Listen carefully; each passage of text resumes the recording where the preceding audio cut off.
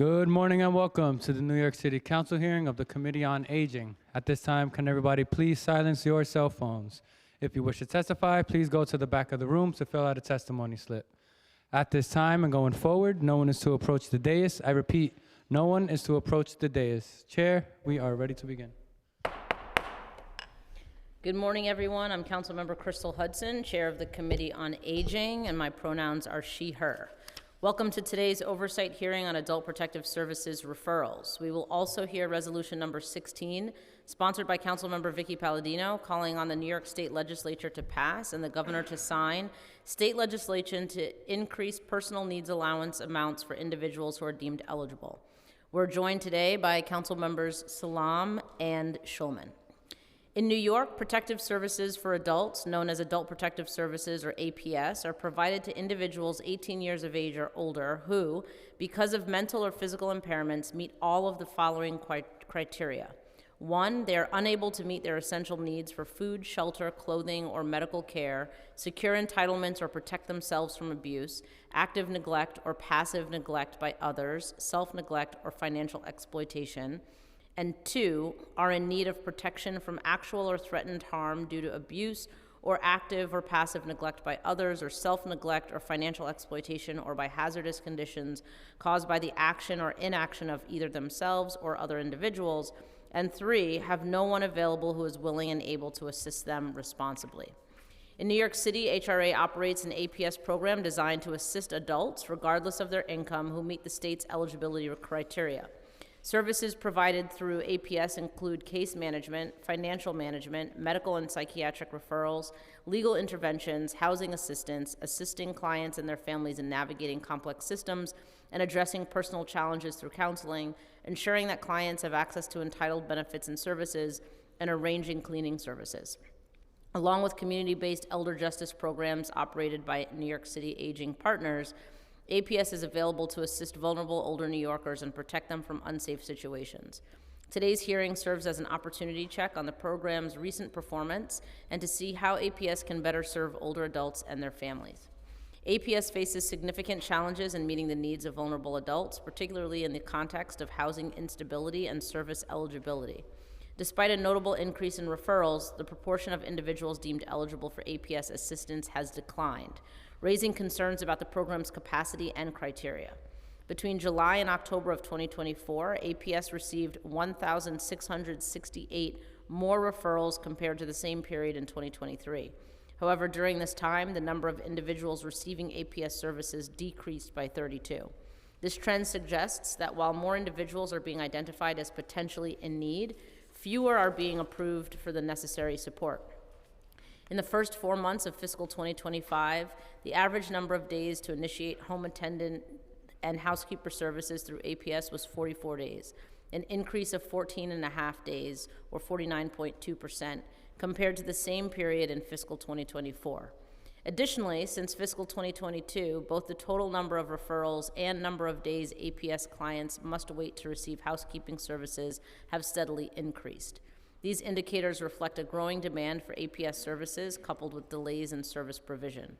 Staffing shortages within APS exacerbate these challenges. The number of employees specifically assigned to APS dropped from 469 at the end of fiscal 2019 to 352 at the end of 2024, a roughly 25% decrease. This reduction in staff limits the program's ability to conduct timely assessments and provide necessary services, further straining its capacity to support our city's vulnerable adults, including older adults. In addition, many low-income New Yorkers seek APS intervention as a pathway to obtain city-funded housing vouchers, such as City FEPS, without first entering a homeless shelter. However, the requirement to demonstrate a specific impairment often results in denial of services, leaving individuals at risk of homelessness without viable support options. Before I close, I want to acknowledge the very real threat to federal funding for APS programs across the country. Prior to congressional passage of the most recent continuing resolution to fund the federal government, the U.S. House version of the bill completely eliminated federal funding for APS programs. Ultimately, on March 14th, Congress agreed to preserve federal APS funding through September 30th, 2025. Cutting federal funding for APS would be devastating for vulnerable New Yorkers and their families. In FY25, 46% of the APS budget, or $29.6 million, came from federal funding sources. It is no exaggeration to say that APS's ability to serve our communities is heavily dependent on continued federal support. We must remain vigilant and ensure that federal funding for APS is guaranteed beyond September 30th, and we must also advocate for more resources at the state level to improve program performance and assist our city's most vulnerable residents. Following this hearing, the committee hopes to better understand the role of Aging Connect and other city agencies in supporting individuals who may not meet APS eligibility, and whether greater interagency collaboration, transparency, and investment could strengthen New York City's safety net for at-risk older adults. I want to thank the representatives from the administration for being here and testifying today. Thank you to the members of the Aging Committee who've joined us. I'd also like to thank my staff, Andrew Wright, Elika Ruentan, and Omar Richardson, and the committee staff, Christopher Pepe, Chloe Rivera, Julia Haramis, Samuel Hamid, and Elizabeth Childers Garcia. I will now turn it over to the committee counsel to administer the oath to the administration. Thank you, Chair. Good morning. Could all please raise your right hand? Now, in accordance with the rules of the council, I will administer the affirmation to the witnesses from the mayoral administration. Do you affirm to tell the truth, the whole truth, and nothing but the truth in your testimony before this committee, and to respond honestly to council members' questions? I do. You may proceed.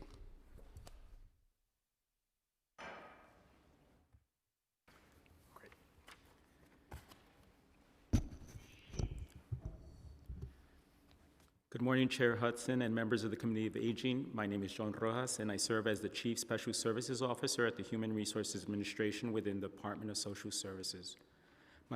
My portfolio, among other programs, includes oversight of the Adult Protective Services program.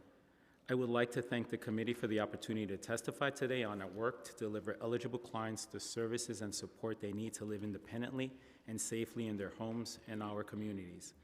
I am joined by my colleague, Deputy General Counsel Thomas Catapano, and Deputy Commissioner of Adult Protective Services, Gili Galit Hershkovitz Kim, and from the Department of the Aging, Assistant Commissioner for Support Services, Eileen Malarkey.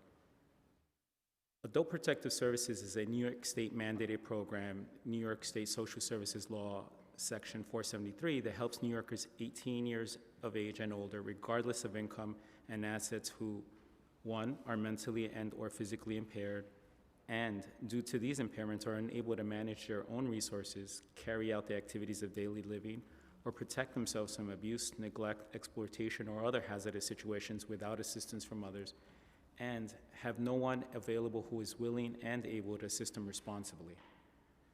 Criteria, mandates, and timeframes, the rules and regulations that govern how APS operates are dictated by the New York State.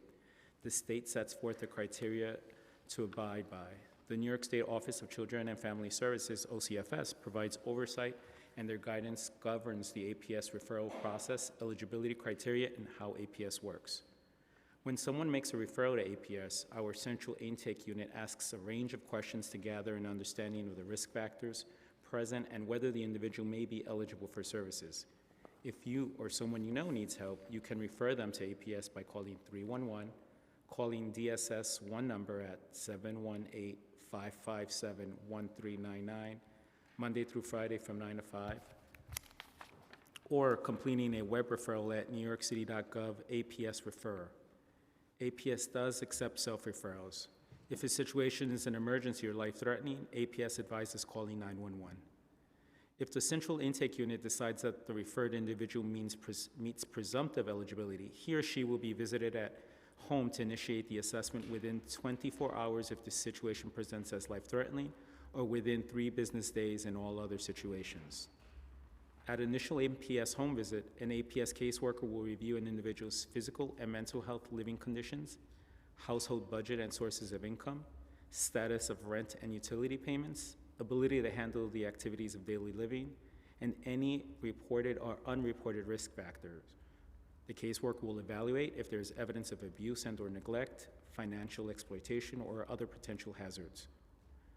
When an individual is determined eligible for APS services, the caseworker develops a service plan that can include any of the following: a referral for psychiatric and or medical examination and ongoing care, assistance in obtaining and recertify Medicaid and home care, applications for payment of rental and utility arrears, assistance in obtaining public assistance benefits and obtaining recertifying supplemental security income, SSI, or Social Security Disability SSD benefits, petitioning the housing court for a guardian ad litem to assist with eviction prevention, identification of alternative living arrangements, financial management of Social Security benefits, referrals to the NYPD and District Attorney to address allegations of exploitation and abuse, heavy-duty cleaning services, and petitioning the Supreme Court for community guardians to manage property and personal affairs.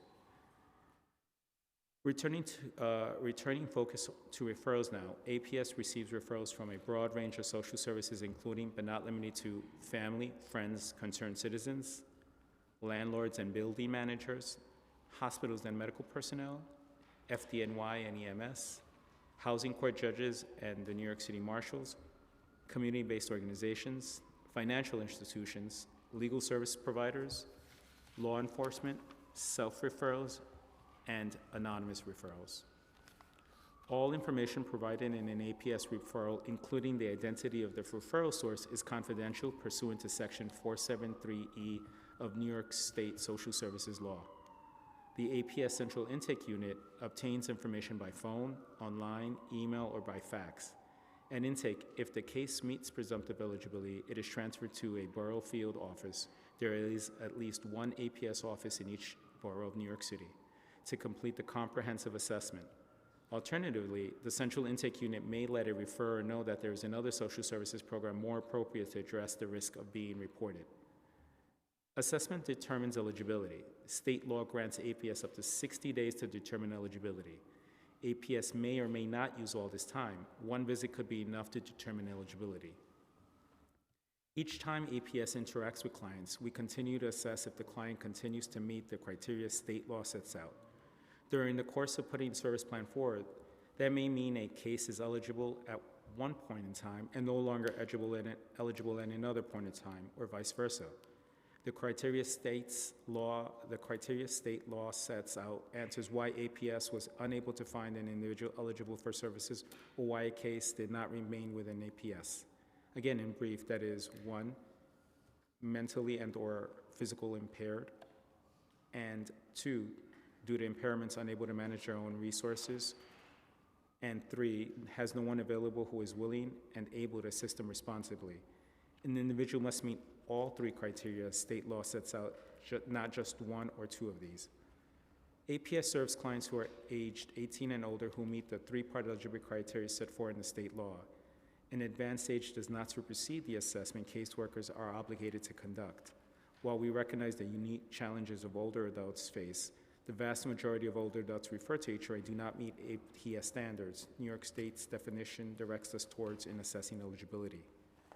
Our staff is trained to observe and be mindful of the vulnerabilities and risk factors, those associated with age, among others, ask the appropriate questions and make the holistic assessment guided by the laws and regulations of the State Office of Children and Family Services set forth. Note, also the majority of APS services are on a voluntary basis. Consent is a critical factor in the majority of cases, and the New York State Social Service Law requires APS to apply the least restrictive measures. That said, the referral process is not an all-or-nothing enterprise. Staff pays attention to the needs of the individuals concerned and the basis for the referral. At each point in the assessment process, staff are trained to seek to connect individuals to the resources, social service programs, and community-based organizations that are suited to the needs of the individual. Those individuals who do not meet the APS eligibility criteria can be referred for other social services that can take the form of a referral to home base, an older adult center, home-delivered meals, case management, New York City Aging, or any number of programs and services that assist individuals live independently.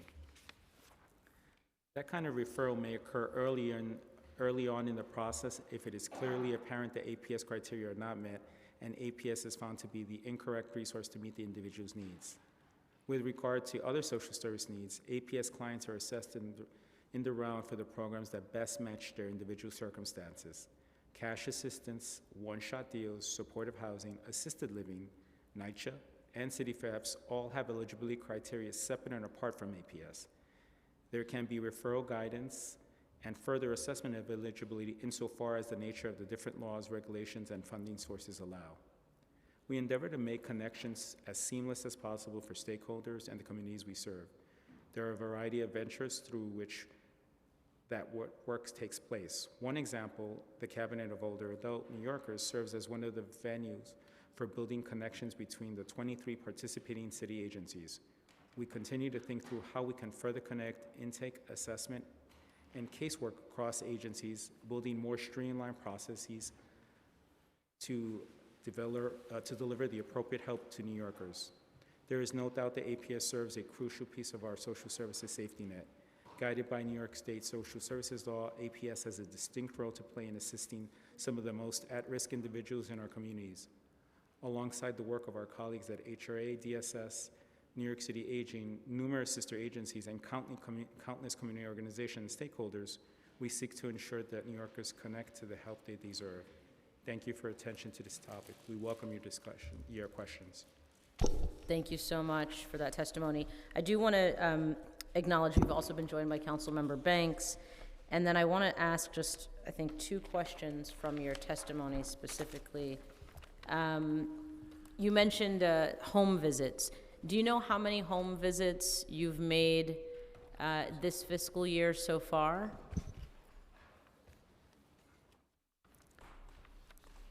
We don't have the exact... Specifically in assessing whether or not somebody is eligible for APS?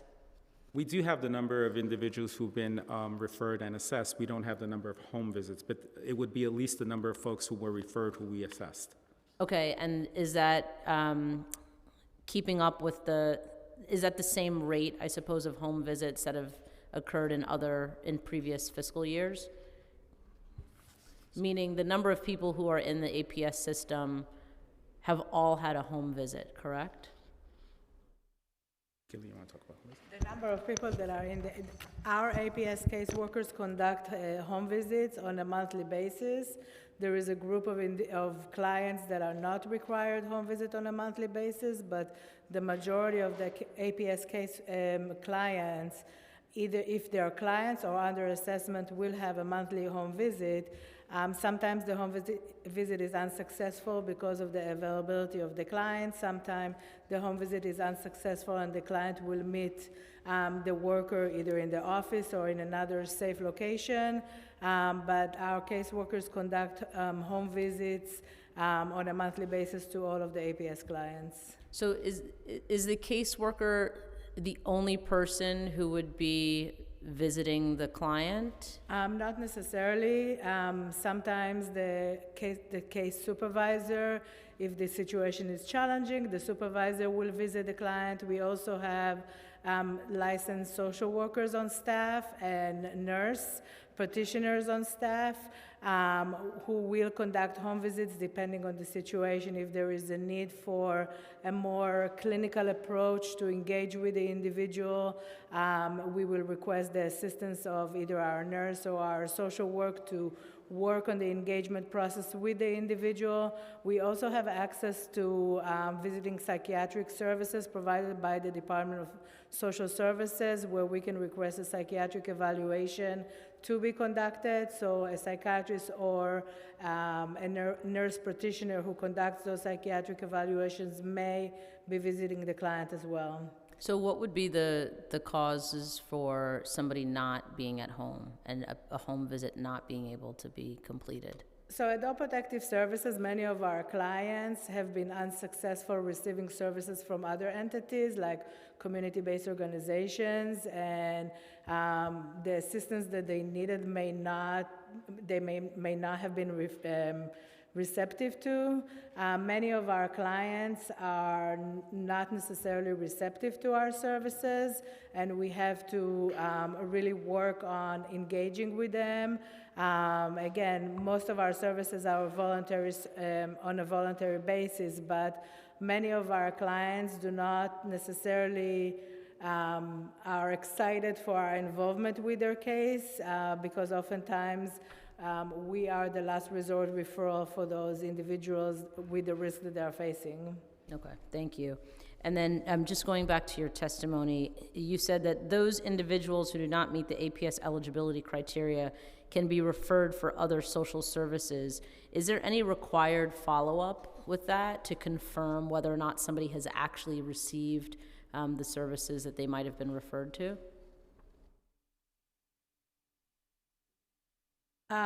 There is no required follow-up. We will make the connection with most of the cases that are not eligible for adult protective services unless the client displays full capacity to manage their affairs and are not interested in additional referrals.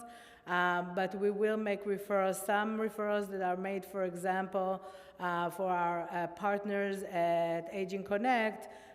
We will have a communication prior to us closing the case or rejecting the case. But in general, the clients have the right to accept or decline any referral that we either offer or make on their behalf when a case is rejected. Okay, thank you. Can you please describe the current resources available to older adults, concerned family members, friends, and caregivers to report suspected elder abuse and get victims of elder abuse connected to support services? Absolutely. So APS is part of the, is a core member of the Enhanced Multidisciplinary Team, which is a team of Sorry, the enhanced what? Enhanced Multidisciplinary Team. Thank you. We are a group of professionals from legal advocates, attorneys, physicians, community-based organizations, APS, the New York Center of Elder Abuse. We meet on a regular basis for clients in each borough who are either victims or alleged victims of elder abuse, neglect, or exploitation. And we really utilize a collaboration approach to address their needs. If it's by referring them for legal services, providing them with an emergency placement in an elder abuse shelter, assisting them with relocation, with order of protection, or any other variety of services that may be suitable for the situation. Thank you. And how does Aging Connect assist individuals seeking more information about elder abuse or referrals to support services for vulnerable older adults? We're going to ask our colleague from Aging to join us. Sure, thank you. Okay. And the council will just swear you in. Good morning. Please raise your right hand. In accordance with the rules of the council, I will administer the affirmation to the witness from the mayoral administration. Do you affirm to tell the truth, the whole truth, and nothing but the truth in your testimony before this committee, and to respond honestly to council members' questions? I do. You may continue. Thank you. How does Aging Connect assist individuals seeking more information about elder abuse or referrals to support services for vulnerable older adults? So Aging Connect receives referrals from a variety of sources, calls from individuals concerned on someone's behalf or their own behalf, and then their role is really to provide contact information, to provide resources to the people who are calling, and internally they also connect to, directly to our programs, connecting the person who's in need of that help. Thank you. What resources or programming are available at older adult centers regarding elder abuse? So all of our programs are trained in understanding elder abuse and the resources that are available. And our programs know about our contracted elder abuse / elder justice programs that can provide the services that they need. So it's the folks running the older adult centers, they all receive that training, you're saying? It's a requirement that staff receive training on elder abuse at a certain cadence. I don't remember the exact cadence, but Okay. that there is that training requirement. Okay. And is there any information provided directly to clients? How they might be able to identify or recognize whether they might be? Our elder abuse providers do not trainings, but they present at older adult centers. Okay. You know, some number of them to talk about their services. Okay. And can you just describe NYC Aging's partner's role in reporting issues to APS? So our partners can make direct referrals to APS, referring clients who are in need of their services. We also have a partnership with APS where they can refer to our partners, for example, to our case management agencies. And our case management agencies are able to provide to eligible clients home-delivered meals, because there's no waiting list, and APS stays in contact with case management if there's any changes in the case, and in that scenario, APS remains the primary case manager. And then just going back to the training for OAC staff, you'll get back to us on the cadence, you said. And they're trained by NYC Aging, or who are they actually trained by?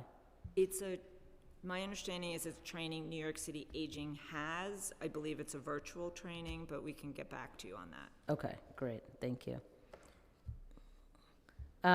What protocols are in place for responding to urgent or life-threatening situations involving older adults?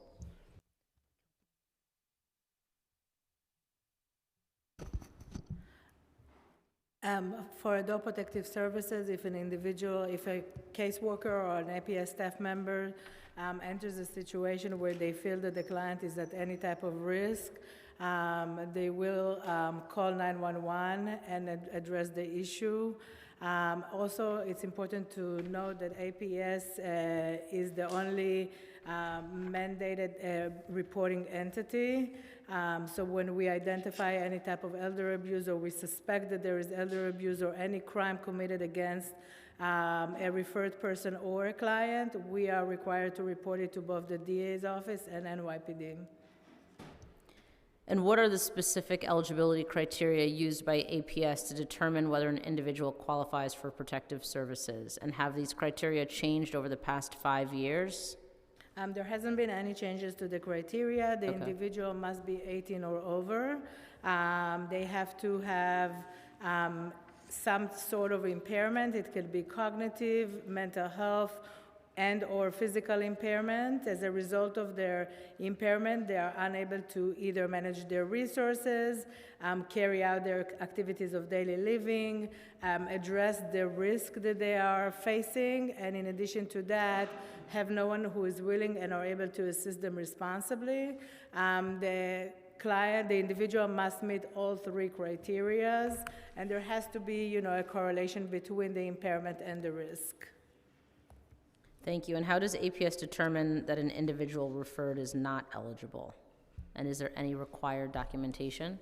Absolutely. So APS will determine that an individual is not eligible if they do not meet one of the criteria. So, for example, if they have sufficient capacity to manage their risk, their resources, their activities of daily living, or if APS identified that there is somebody who is willing and are able to assist them responsibly, APS will document their findings that are being reviewed by supervisory staff prior to the case being rejected or closed.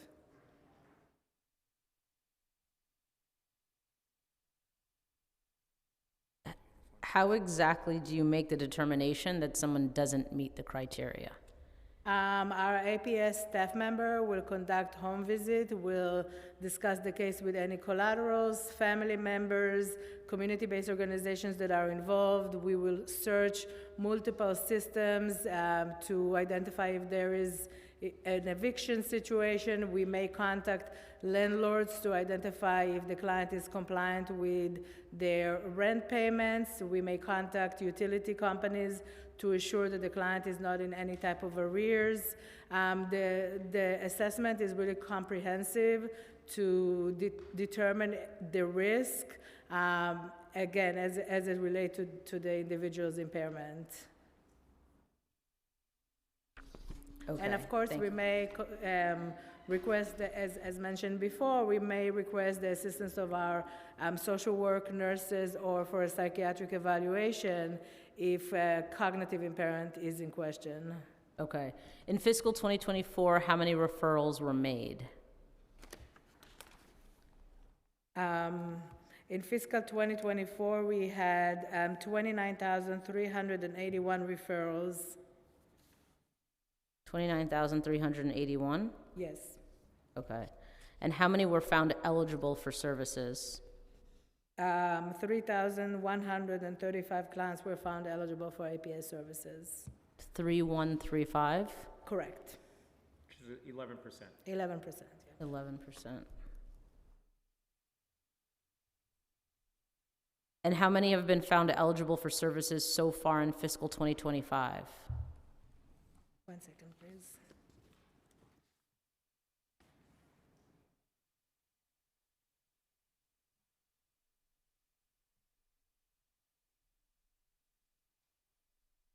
Or the same questions for fiscal 25 so far. How many referrals were made, and then how many have been found eligible so far? One second. I have the data for calendar year 25. I know you asked for fiscal. For calendar year 25 to date, as of the end of March, we had 7,345 referrals made, and with a 5% acceptance rate. And that's for the calendar year, not the fiscal January, year. February, March, the first 3 months of this calendar year. Okay. What do you all account for the huge discrepancy or difference between referrals being made and folks being accepted into the APS program? So there are different reasons why we believe that there are more referrals, but also more referrals for clients who may not be eligible. APS have put a lot of effort in outreach and educational events to really educate community-based organizations, the public, clients, and other entities of APS and APS services. So that we believe that this is one of the reasons for increase in referrals. In addition to that, during the pandemic, we have seen lower number of referrals for different reasons. In 2024 and 2025 year to date, seems like all of the community-based organizations are back to pre-pandemic operation, as well as the housing court and marshal's actions. So we see a lot of referrals that come to us with some type of eviction component. And to add to that, the education that APS is a CityFEPS provider may contribute for an increase in referrals for us to assess if an individual may qualify for APS and potentially can be eligible for CityFEPS subsidy. And then are you having conversations with colleagues in your agency and other agencies around some of these trends and patterns, specifically around housing? If you're seeing an increased number of people who are being referred to you with eviction cases or housing court cases that aren't necessarily eligible for APS, what does that process look like in terms of getting them housing assistance specifically? So again, we will often, if an individual is not eligible for APS services and in need for a subsidy, we will provide them with referral to either home-based services, any type of applications that are available. If they need relocation, like to NYCHA, to supportive housing, it wouldn't be really supportive housing, but any type of assisted living or any type of other case management agency that can assist them with relocation. We really care about New Yorkers, and we really care about New Yorkers being housing stable.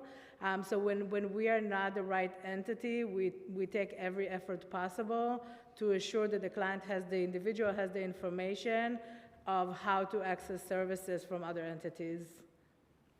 Thank I would you. also add on the administrative level, not just the client level, work with our colleagues in our housing side of HRA, as well as our DSS Office of Civil Justice, to ensure individuals have right to counsel, as well as other means of obtaining city reps that may not be through APS if you're a veteran or if you have a rent-stabilized apartment. So we want to ensure that folks are aware of the other means to get other types of housing assistance other than coming through the door of APS, because there are other mechanisms to obtain other services. Great, thank you.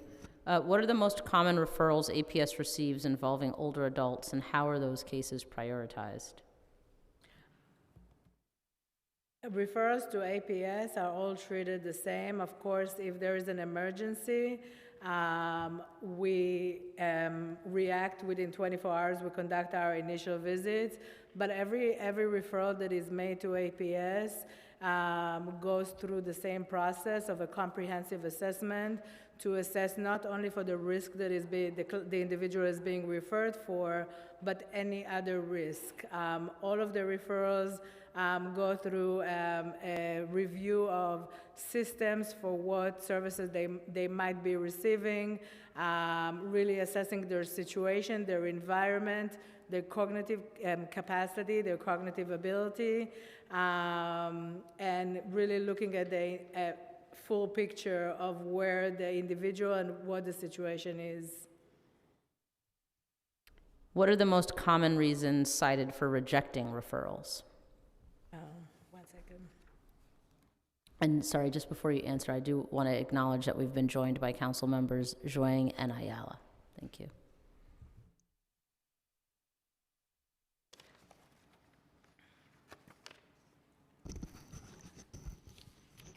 So for the most common reasons we have, 44% is due to the referred person retains decision-making capacity and is refusing all other assistance. Second, at 22% is unable to locate, and then third, at 17%, someone else is willing and able to responsibly assist them. And sorry, what was the first one, the top one? The referred person has the decision-making capacity. Got it. Okay, thanks. How are referrals triaged or prioritized based on need or vulnerability? So our referrals, all referrals are made through our center intake unit, regardless if you call us or if you make a web referral or if you contact us directly. They go through our center intake unit that will assess for presumptive eligibility. At that point, basically we will look to identify if there is an impairment and there is a risk. If it is identified that the individual meets presumptive eligibility, the case will then be transferred to one of our field offices to conduct a comprehensive assessment. The staff members will initiate the assessment by visiting the client within 3 business days for routine referrals or 24 hours if there seems to be an emergency such as food insecurity or any type of no utilities or any type of emergency situation. From that point, we have 60 days to conduct our assessment, which we will go through the comprehensive process of really assessing the individual's impairment as well as the risk and any person who is involved with the individual who may potentially be able to assist them, and any other elements that are related to the client and their situation. Can I just go back quickly to the referrals and the statistics? I know you mentioned field offices, you have at least one in every borough. Are you seeing any trends, or do you have numbers that you can share per borough in terms of the referrals and also the Sure. acceptance rate, or those who are not being? I can share data for you on APS calendar year 24 data on current APS breakdown by borough, and then I can also do it by referrals. So for current APS cases by borough in calendar year 2024, 23% of cases were in the Bronx, 22% of the cases were in Brooklyn, 27% of the cases were in Manhattan, 23% were in Queens, and 5% were in Staten Island.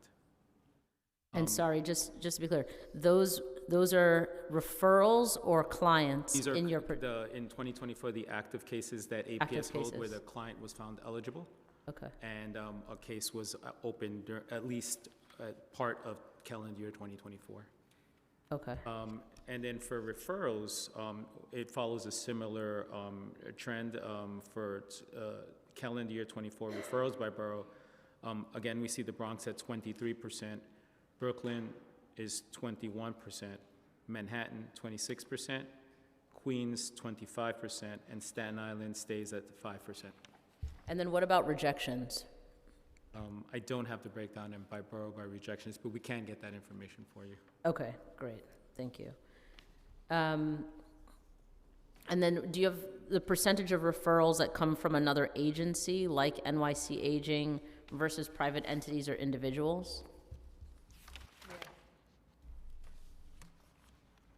So for referrals, 83% of our referrals come from other city agencies or community-based organizations. 5% of our referrals are anonymous. 9% of our referrals are from a family member, friend, or neighbor, and 3% are self-referrals.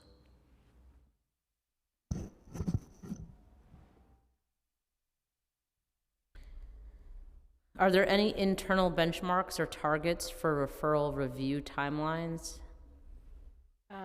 APS has 60 days to complete their assessment, and then we are required, our staff is required to conduct monthly visits and contacts with the individual.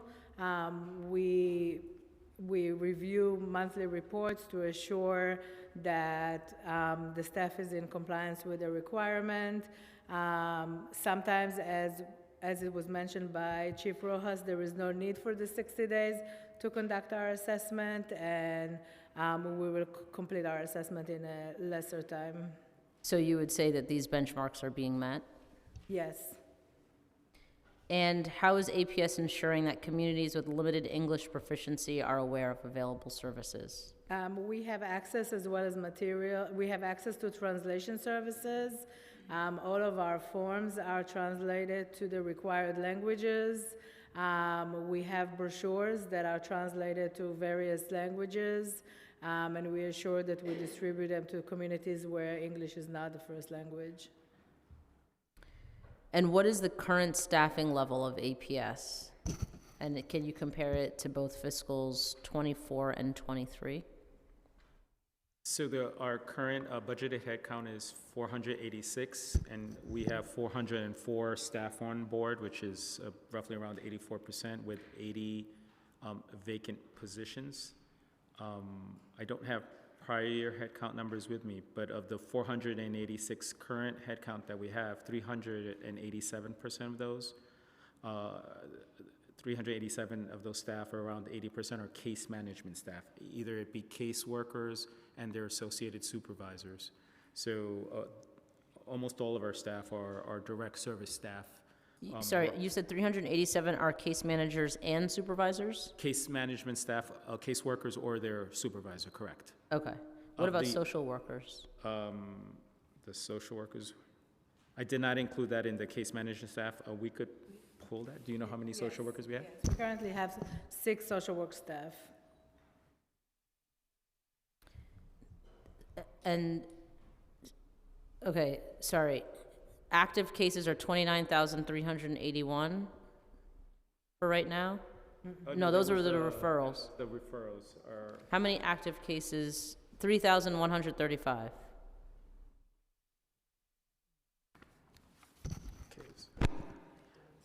our caseload in the month of ending March 31st, we had 9,105 cases. We should state that that is inclusive of roughly 3,500 new cases that were either new in the month of March or were currently in the assessment phase where we were determining eligibility. The remaining 5,600 were active cases which were assessed and already enrolled and accepted into APS. And do you think 6 social workers is an adequate number for that number of cases? So our social workers do not visit every client. Their scope is really to focus with the most challenging situations.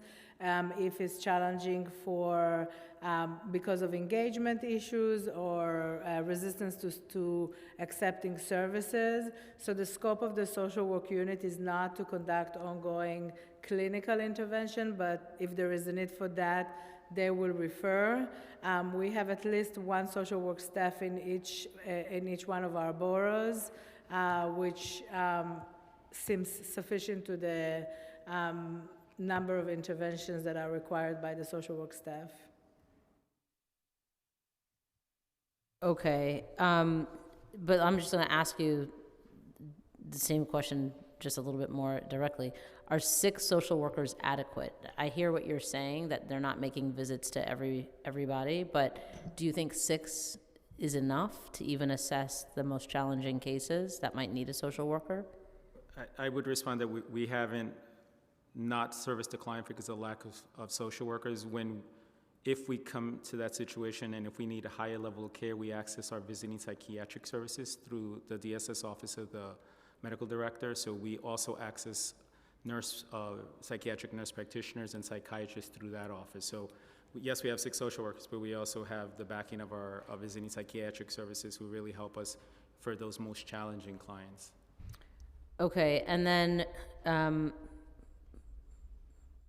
the 486, well, you have 404 current positions, 80 vacant positions. Are you actively trying to fill those 80 vacancies?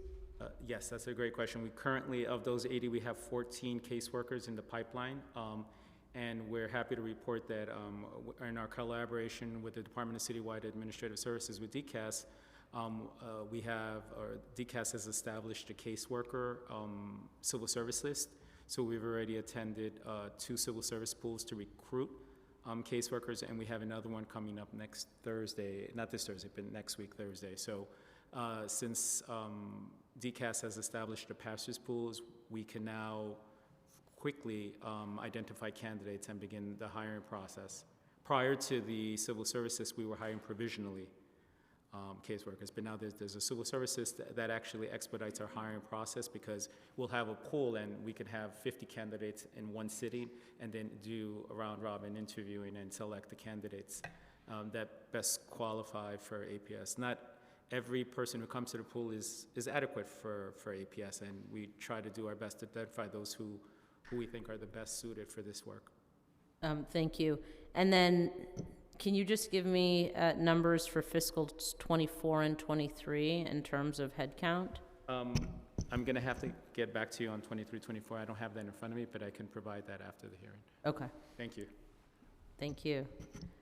And can you share how caseload ratios have changed over the past 3 fiscal years?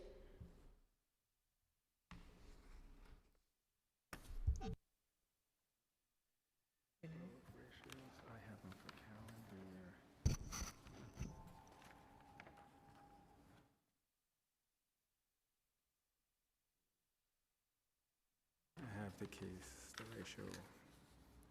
I have the average for calendar year, Councilmember. I don't have it for fiscal year. Is that okay? I'll take that, yeah. Sure. And then maybe you can follow up with the fiscal year numbers? Definitely. And you may have that, Gilly. My colleague will look for that. But for calendar year 24, the caseload ratio was 40 in 2024. In 2023, it was 43, and in I have 2019. We wanted to do a pre-pandemic reference. We had 39, and to date in calendar year 25, it's 41, closer to 42. Thank you. Can you describe the training APS staff receive to evaluate complex elder abuse, mental health, and neglect cases? Absolutely. So APS invests a lot in training. We acknowledge the importance of training the staff on an ongoing basis.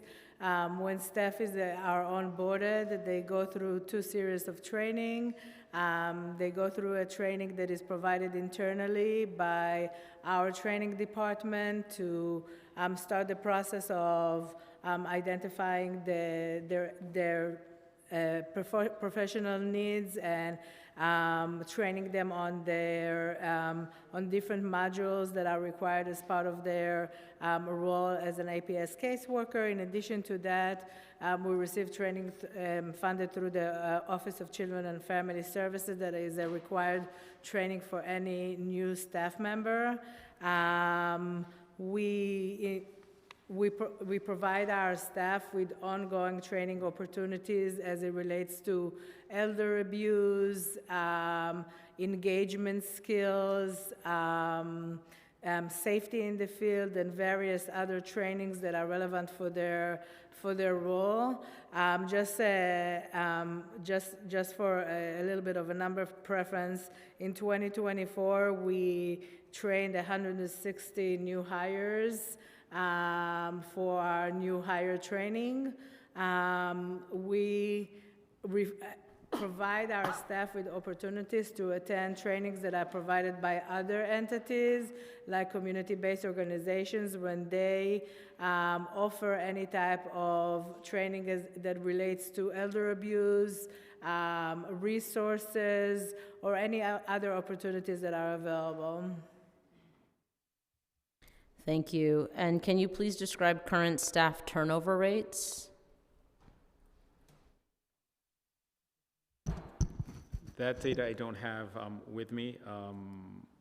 We can get that information for you, particularly for caseworkers, because I think that would be most relevant, but we can pull that information and get that to you. Okay, yeah, because I'm just curious about retention and how you address retention. I can comment. One thing that we saw, the reason Ms. Hershkovitz-Kim talked about the over 100 staff that we hired, and those are the provisional staff that we hired. Across HRA, and I oversee various programs, but particularly in the APS, we're lucky to have a lot of very dedicated employees and who have been with HRA for many years. So a lot of our attrition has really been due to retirement. We have a lot of staff with 30 plus years commitment to HRA, and it's amazing, and we're in awe of our staff and thankful to them. We also, during the pandemic, lost a lot of staff, to be quite honest. A lot of staff felt it was time to go during the pandemic, so we had to replace a lot of staff, both to the pandemic as well as retirement, leading us to hire the over 100 staff that we have hired provisionally. But we can get the concrete numbers for you, but I would gather to say anecdotally that a lot of our retirements were retirement-based. Thank you, that's helpful. Has APS conducted any internal assessments on whether current staffing levels meet the volume and complexity of referrals received? I know you got a little bit to this before. So we monitor our caseloads on an ongoing basis. We work with our field offices to assure that distribution of cases is as even as possible. We sometimes change the type of cases or case rotation to allow a more even distribution and to assure that that if there are more challenging cases, those caseloads will be a little lower. It's important to note when you look at our caseload ratio that once APS becomes involved with an individual, with the hope, of course, that we stabilize the situation and the risk is eliminated or reduced and the client's situation is now stable, they sometimes transition into a more preventive services approach. Those will be for clients who have supports in the community, and their involvement with them will be less intense as it is when there is an imminent risk that has to be identified. So we also take that into consideration when we discuss the ratio of the caseloads and really the case distribution. Thank you. And then what is the city's plan to address the potential increase in referrals due to the growing older adult population, housing instability, and mental health needs? So I think that's something we're looking at with our partner agencies as well as internally, looking at what other resources we have. Since we do see that a lot of the referrals we have currently, the 11% acceptance rate, how do we better triage our cases or work with our referring agencies, both sister city agencies as well as CBOs, to see how we could better educate them to connect the individual to the services that they need rather than going through APS, because APS actually in many cases may delay the process of connecting to the services that they need. So if they need a one-shot deal, coming to us, if they need the services, is great, but if they don't necessarily need the services, they rather need someone in the system with a one-shot deal, home base might be a better fit for them, or it might be a case management program elsewhere. So I think what we're looking at is how do we triage our referrals? How do we work? Who are the providers who are referring most to us? We have a lot of legal services providers referring to us, so we work closely with our Office of Civil Justice, our right to counsel, to see how can we address that. We also have services in the courts, many times either through us or a judge will have a guardian ad litem to assist, particularly with housing cases, because we do see housing cases. And many times that is an avenue to a faster resolution to the housing crisis that our individual may be facing than coming through APS, because as Ms. Hershkovitz Kim stated, the assessment process is very extensive, and having someone come into your home, talk to your neighbors and your loved ones may actually delay you accessing services. Well, we could help you do that, but at the same time, if you're not eligible, we would connect you to that. So we want to make sure that the referrals that are coming to us are for those who most need it. But we will never not take a referral because we know that that's necessary. And we never want to take the risk of not assessing someone who may be at risk or who is eligible for our care. I appreciate all of that and would just like to get a little bit more into the weeds on it. Because what if somebody, is being referred to you and may need a one-shot or a voucher or something, but I guess what I'm trying to ask is there a chance that people who have those needs and may also be eligible for APS services are being referred out elsewhere solely for the housing piece because it might, Oh, I see. are there people that you aren't catching who because you might be assessing the fastest way for you to get this particular assistance is to go through this other program? I see what you're saying, Council Member. So I'll start and I'll kick it over to my colleague. As Ms. Hershkovitz Kim stated, the comprehensive assessment that comes when you refer to us is applied to all individuals. So we wouldn't fast triage you only and state, oh, you only need this, so we're going to refer you out. It may be a shorter assessment. It may not take all 60 days, but everyone receives an assessment of all their needs. I'll turn to you. Yes, and if the individual is in need, they may need a voucher and they may need other assistance. If the individual meets our criteria, which means that they have some sort of impairment that is related to their risk or inability to manage parts of their affairs, and they don't have somebody who is willing and able to assist them regardless of what service they need, they will be accepted for services. So we will not triage a case based on what is the need. We triage a case, we assess a case based on our criteria, and then we develop a service plan that can include voucher or any other, honestly, we don't only utilize CityFEPS, we also utilize other housing alternatives such as supportive housing when appropriate, referrals to rehabilitation or nursing home when there is a need for that, assisted living,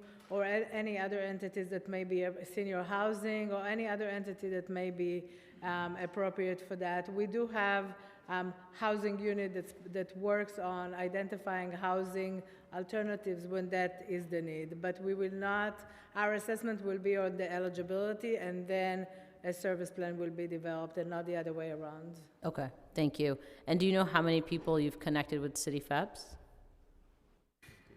I actually do. So this is only issues that, this is only for clients that we issued vouchers, so it doesn't include clients that have shopping letters or are in the process. So in 2024, we obtained 656 vouchers for eligible APS clients, and we paid arrears close to $20 million to assure that their housing is stable.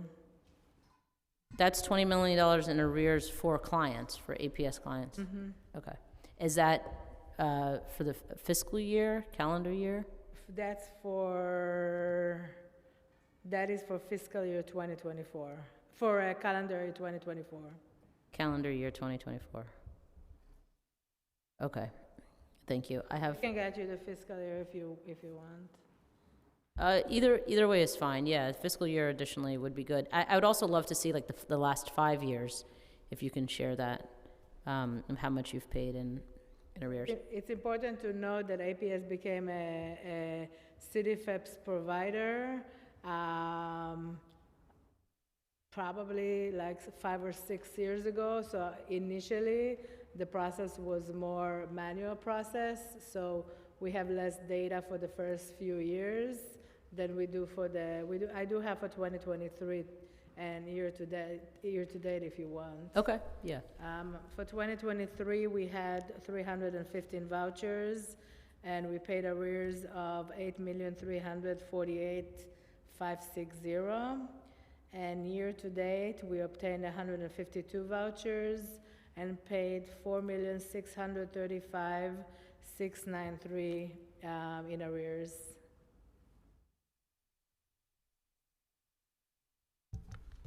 Okay, thank you. I want to acknowledge that we've been joined by Councilmember Lee, and then I also have a couple of questions that I want to ask on behalf of Councilmember Ayala, who's joined us online, but because we don't have quorum in the room, unfortunately, she's unable to ask the question herself. So the first question is, when a referral is made to home base, is the client expected to attend on their own? If a referral is made to home base for city FEPS purposes, that means that they're not, either they're not eligible, they were found ineligible, or they are now no longer eligible, and it will be according to the process of the home base program. I think Okay. Go I was ahead. going to add, for our services, for individuals that are homebound, have other disabilities, we have a HARU unit, which is our homebound assessment referral unit.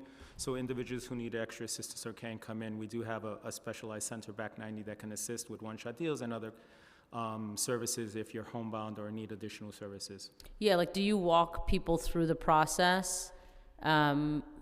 Because, you know, somebody may not be eligible for APS, but they still have challenges, right? Absolutely. And so then you're referring somebody to a program essentially with no advocate or assistance and trying to get them to... Absolutely. I think my colleague hesitated because when you said home-based, most of our home-based services are contracted out with community-based organizations. So they each provide one, those yeah, so they services. provide the services directly. So that could take the form of either in person or, you know, via telephone or electronically. But if you're accessing services at HRA, if you're homebound, you can access services through our HARU unit, our homebound assessment referral unit, where we can assist you with those services, translation, et cetera. And if it's at home base, and then would follow the process of the community-based organization. Okay, thank you. Second question from Councilmember Ayala is, according to city data in the MMR, the rate of rejections for city FEPS applications was significantly higher than those denied in 2023. Why are so many applications being denied, and how many of those who had their applications denied ended up being evicted? Citywide or just for APS clients? What was your question? Citywide or what? Citywide or for APS clients? We can start with APS clients, since I would think you would have that. I will have to get back to you on this data because our acceptance rate for city FEPS voucher when the individual is APS eligible is extremely high unless the client does not meet the city FEPS criteria. But I don't have the number of rejections to speak to it. Thank you for that question, Councilmember Ayala. I would say, you know, that's a great point to further reinforce that although an individual may be APS eligible, the criteria for city FEPS is separate and apart from APS. So an individual will still have to meet the standard for city FEPS, including the income criteria. APS doesn't have any income criteria requirements, so you can you can have any income and be part of APS, but the requirements for city preps are different, and there are income requirements, including, I think, more aligned to city, to cash assistance. So, but as Ms. Hershkovitz Kim stated, we can pull the data for APS specific, and most of the clients who do apply are granted city preps if they're deemed eligible and enrolled in the APS program. Okay. I think in Deputy Speaker Ayala's case, she has had a different experience in that people who are being referred to home base or other services are not actually being, they're not receiving the type of care that they should. And I want to just share one example that she has here. The case of an elderly woman with serious mental health diagnosis who repeatedly came to her office but was having trouble communicating her needs. Upon further investigation, she found that she had been appointed a guardian but was in rental arrears of over $30,000, and to add insult to injury, her City FEPS voucher was about to be terminated because the recertification had not been completed. She personally worked with DSS Commissioner, the rent was paid and recertification was completed, but then the woman showed up a few weeks later upset because she had no food stamps on her card. After reaching out to DSS, Deputy Speaker Ayala found that her case was closed because her recertification had also not been completed. So she'd love to know how this is possible, because she's one of many older adults who are under guardian care who cannot access their workers and hide behind confidentiality rules when we reach out to try to be helpful. So we could definitely pull data for you and get more information on Homebase. I'm not as familiar with Homebase because when we process our city FAPs is with APS. I can say if an individual needs help, that's the bread and butter of APS. They visit the client monthly, they provide the case management services if there's a need for legal services. But I think this example was somebody who's in APS care. And so she was appointed a guardian. She was in rental arrears of over $30,000. Her City FEPS voucher was about to be terminated because her recertification had not been completed. Then she had no food stamps on her card, and they found that her case was closed because her recertification had also not been completed. So I think what Deputy Speaker Ayala is trying to figure out is how the recertification process happens, how somebody like this who is in APS care would not have their case recertified. So first, if it was, so APS is, our most restrictive measure is to petition the court for guardianship, and we do have 3 vendors who provide Article 81 guardianship, but there are guardianship outside of APS. So if this individual, and I don't know who the individual is, I would love to take a look at this case and review it, but if the individual is receiving services under one of our Community Guardian Program vendors, they are required to recertify their benefits, and they are required to recertify their city FEPS. If we identify that there is a concern or an issue with any of the clients under the guardianship program, we will work with the vendor to identify what the issues are, and when there is a need, we will place them under a corrective action plan to assure that there is no negative effect on the client. I will have to take a look at this case to better understand what happened, but if the individual is under our guardianship, or to be honest with you, any guardianship, even if it's not through APS, their benefits should be recertified, so that should not be an experience that the individual have. And we could work with our commissioner to get that information, because we definitely don't want this to repeat if this case. Okay. Thank you. I have a few other questions.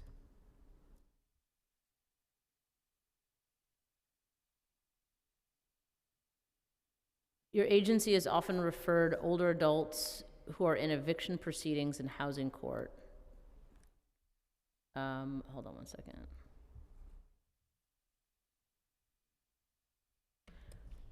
What's the eligibility criteria for getting folks for referring them to suitable housing? A lot of the people that you talked about already that you refer if they have a specific housing need, what's the eligibility requirement or criteria for such assistance? For assistance with referring for Yeah. housing options, Yeah. if the individual is APS eligible, the APS staff member will work with the client to refer them to whatever housing setting is suitable for them. If it's supportive housing, there is requirement for a mental health diagnosis. If it's an assisted living, there is an age requirement. If there is a need for a more supportive environment, such as rehabilitation on a nursing home, they will have to have certain skilled nursing needs. So we really tailor the service plan and the referrals to housing alternative based on the client's needs and based on the eligibility of the housing program. Okay. Advocates have been made aware of situations in which an older adult may be denied services due to the presence of another adult in the home, despite the fact that the other adult does not or cannot help the older adult in the areas that are the basis for the APS referral. Can you please speak to how your agency assesses whether an older adult has assistance available to them such that it justifies the denial of APS services? Absolutely. And specifically in that type of case where there might be another adult, but an adult that's not capable of caring for the person? Absolutely. So there's oftentimes people in the household who are willing and not able, or able and not willing. The APS staff member must assess to assure that the individual that they are referring to as willing is willing and able to assist them. So throughout the assessment, there will be conversations with the individual who is identified as willing and able, and it will be determined how able is the individual to assist them. Sometimes there will be a family member that through the referral seems to be appropriate to provide the support that there is a need, that the individual needs. And it could be that at a later time, they demonstrate that they did not follow through and another referral will come, and this will be assessed as part of the assessment. But in order for the individual to be rejected from APS services for someone who is willing and able, the ability as well as the willingness of the other person are both assessed before making that determination. Okay. And then regarding financial management, we've also been made aware that after a determination is made that an older adult qualifies for this service, it can take upwards of 6 months for the actual management of their finances to occur, even in situations of financial abuse. Can you please explain the process for enrolling an older adult in the financial management program from initial eligibility determination through the final implementation of their finances being fully managed by APS? Absolutely. So financial management services, so I just want to start and say that if there is financial exploitation, APS will alert any financial institution that the client is associated with, just to make sure that they are aware if there are any suspicious withdrawals or the client is coming with somebody that is not related to them, or the alleged exploiter, which we will alert the financial institution. As far as financial management services, we submit the applications to become the representative payee to Social Security within 30 days of acceptance. However, it does sometimes take Social Security administration. It can take between 3 months, and we have seen even cases that it takes more than 6 months. And that's, we follow up regularly with Social Security administration, but that is, once the request is out of our hands, really the process is conducted by the Social Security administration. We will advocate and we will follow up with them on applications that are pending. In addition to that, the client themselves receive notification from Social Security Administration that they do have the right to object the appointment of HRA as the representative payee, and the client may sometimes take action to prevent us from becoming the representative payee. Is there any expedited process or other protections that could be put in place when an older adult is being financially abused?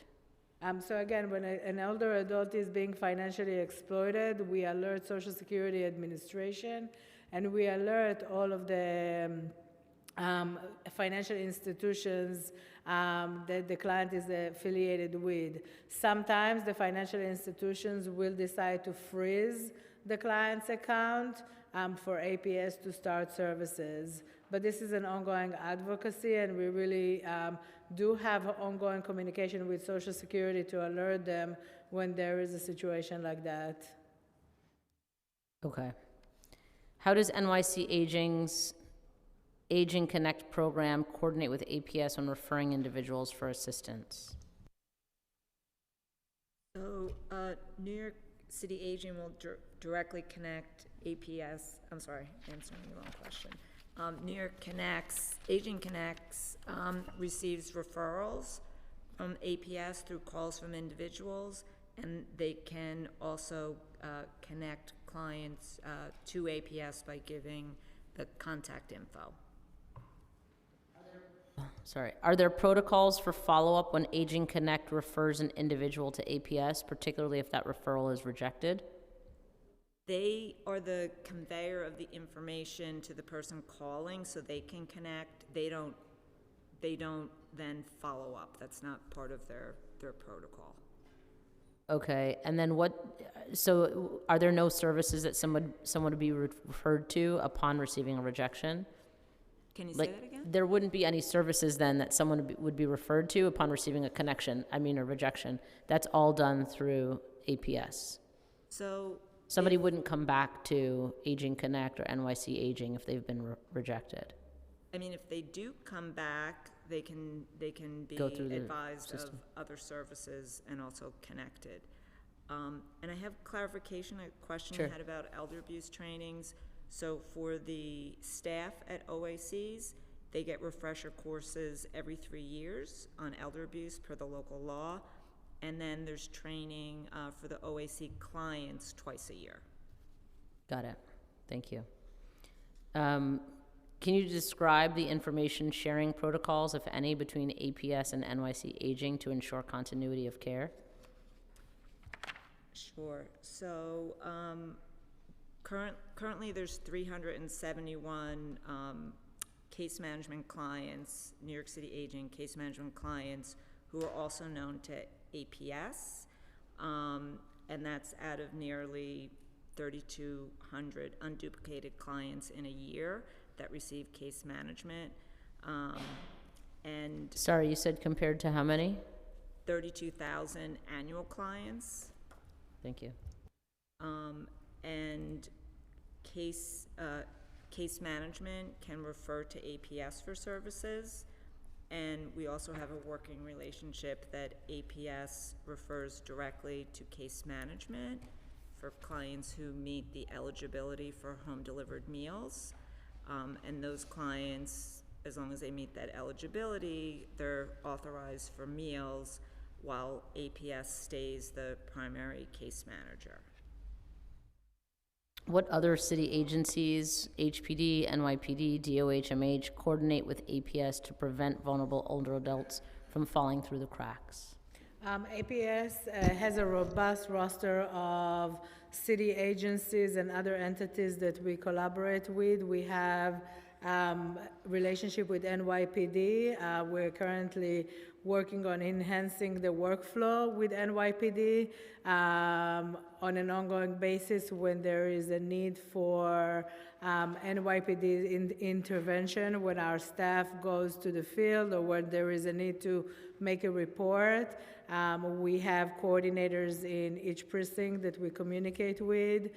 We have ongoing meetings with HPD to talk about individuals who are shared between the entities to assure housing stability.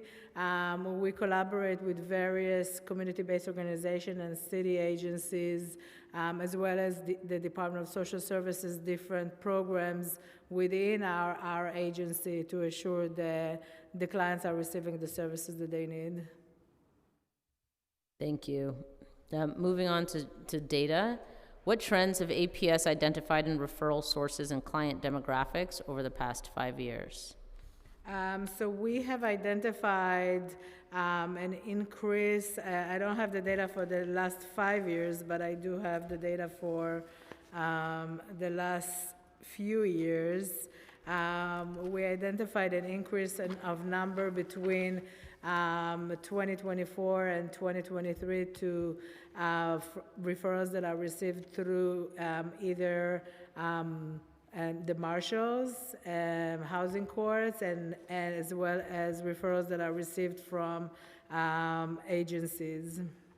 And you said that was from So 23 to calendar- 24? From calendar year 2023 to 2024, we had 56% increase of referrals that came from the marshals and 10% increase from referrals that came from other agencies.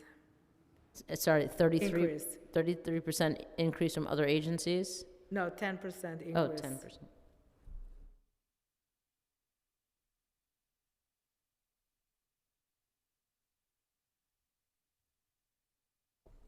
Thank you. And then any other, those are just the increase, but any trends that you've observed?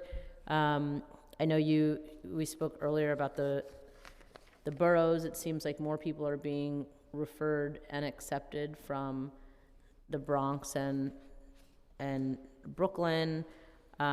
Is it more financial fraud, mental health? Like, are there any trends or patterns that you've noticed? Majority of I don't have the exact statistics, but majority of our cases have some type of component of eviction. That's definitely a trend. We have also seen we've seen increase of referrals of the aging population in the last couple of years. Okay, thank you. How many substantiated cases of elder abuse or neglect were identified in the past year, and what were the outcomes? I have to get back to you with the statistics for that. How do you measure the success of your interventions? What data can you share about client outcomes, especially for older adults? We conduct ongoing case reviews on different levels.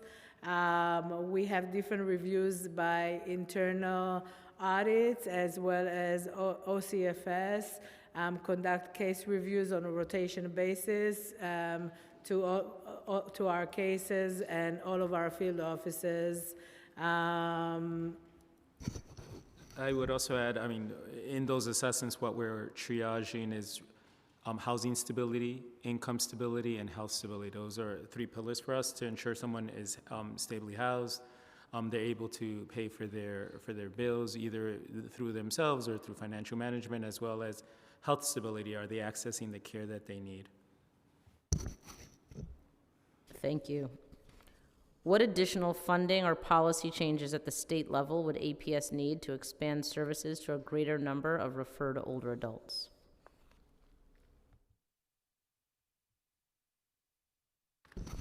So currently, we're working with the state. They on the federal level, they did pass a law to change APS regulations. I think, if I remember correctly, it takes effect in 2028, calendar year 28. So we're working with OCFS.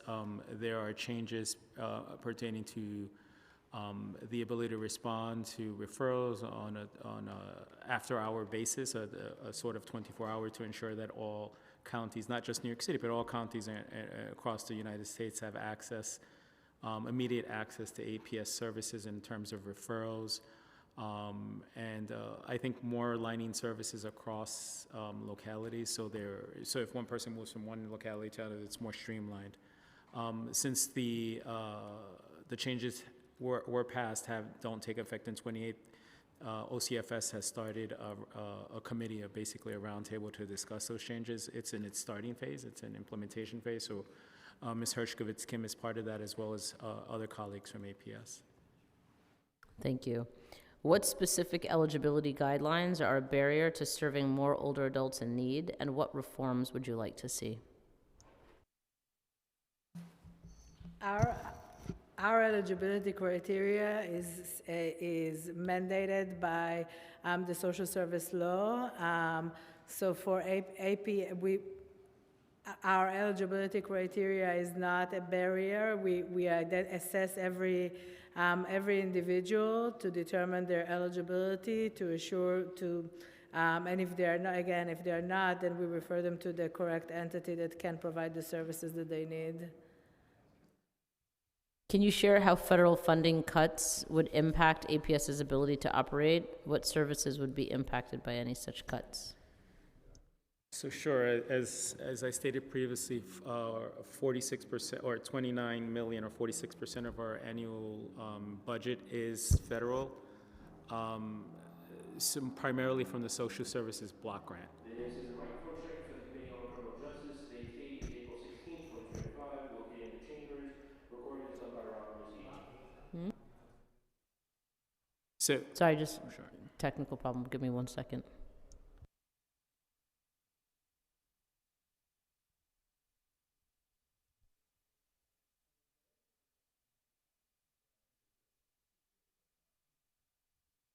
All right, sorry. Sure. But 46% of our funding for APS is through the Social Services Block Grant. That's a pass-through through the state, the Office of Child and Family Services. For HRA, APS services are critical. So holistically, we're looking at all of our services at HRA and see how all the funding cuts will shake out for us. See what is more critical, what is, I don't want to say less critical, but what pecking order they would be. And then we have to make tough decisions. So that assessment process is in play. Our commissioner has convened already a brainstorming roundtable with our community providers and other sister agencies to try to assess what are the highest level, or what is the input from our community, and what are the most critical services that they're seeing. And then we'll look at our data. And if we do get a cut, I mean, tough decisions will have to be made, but we want to look at it holistically. What are all the services that are being offered, not just at HRA, but across DSS and across the city, to better leverage any cuts that we may get from the federal government. Okay, thank you. And Councilmember Lee will have a follow-up question. Yeah, sorry. So you're talking about the CDBG money, the federal block grant? That's gonna This is the social services block Social grant. services block grant, okay. Because that's a lot of funding, and that includes the pass-through, all of the money that is coming to your agency, correct? It definitely funds APS and other services, not solely APS. It funds Okay. other services as well. So, and forgive me for being late, and if you guys went over this already, sorry about this, but, so, because obviously you guys are facing a lot of challenges, because you have the potential funding cuts, plus a lot of the challenges in terms of the state law, which, correct me if I'm wrong, but the biggest issue is that you're seeing an increase in need. However, due to staffing shortages, the state laws, it's really preventing you guys from enrolling the seniors into APS that need services, or no? So we did go through that a bit. Yeah. Luckily, we've made great strides. We're hiring. We are at an 84% hiring rate for APS. We have our vacancies for caseworkers. We already have 19 in the pipeline for the 60-odd staff, case manager staff that we have vacant, and then we're working with DCAS. They have already started civil service pools for caseworkers. We've already hired. Went to 2 pools, are intending one next week to pick up more staff. So we're making really great strides on caseworker hires, Okay. which is the bulk of our staff Nice. in APS.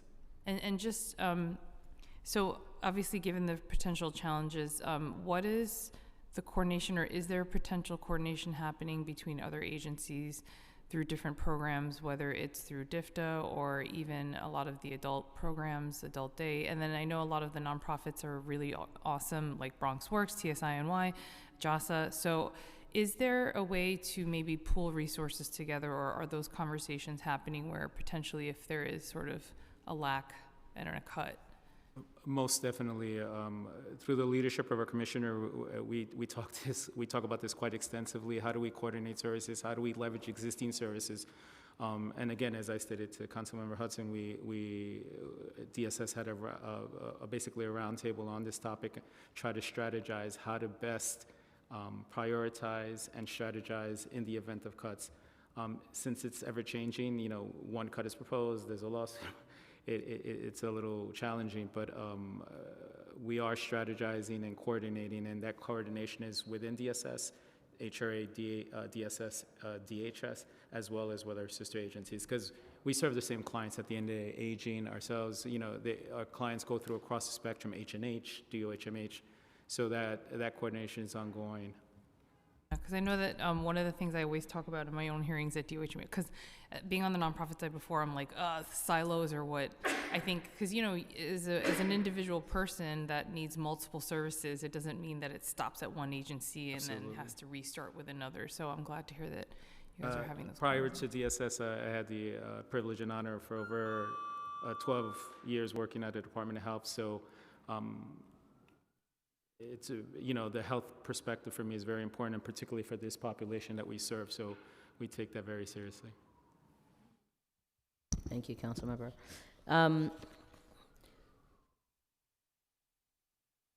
The fiscal 2025 preliminary mayor's management report shows an increase of 17.5% for APS referrals and an increase of 14.9% in assessment cases in the first 4 months of fiscal 2025. How much of this increase is attributed to older adult clients? 51%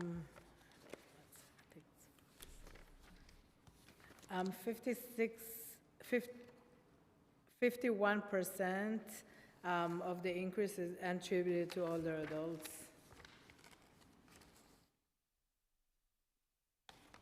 Which is 5,496.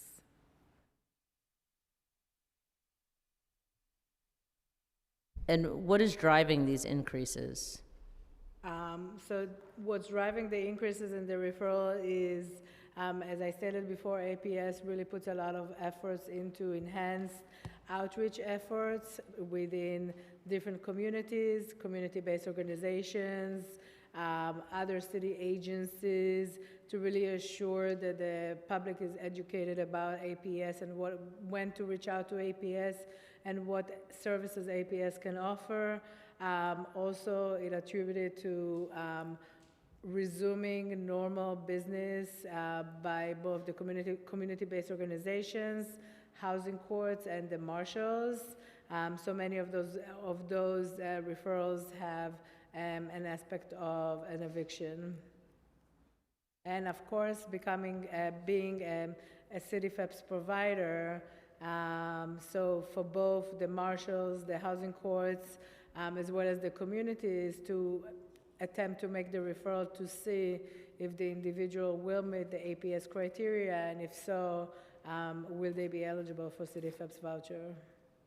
As the older adult population increases over the next few years, are you making specific plans to address projected needs? And I guess in other words, are you using population data to inform decisions? So we serve individuals who are 18 and over. Age is not part of our criteria. Of course, if there are any elements that are associated as they relate to age that affect the eligibility criteria are taken into consideration. We've been consistent with the percentage of older adults who are part of our program. But again, the services that are being provided are based on the eligibility of the clients, regardless of their age. APS is part of the aging cabinet that focuses on planning for New Yorkers and aging New Yorkers, and making sure that New York City is an inclusive city, and we have been part of the, one of our initiatives is to apply for SCREE benefits for all APS clients. We are in the process of, in the process of assuring that all of our clients who are eligible for SCREE benefits have an application that is being processed for them. So the discussion is ongoing, and APS is always an active participant to assure that they are part of any services or any new needs that are being discussed. Okay. Do you know of the folks in your care, and sorry, let me just see if I can get to this number. You said you have 9,105 active cases currently. Do you know how many of those are for folks 65 years old and over?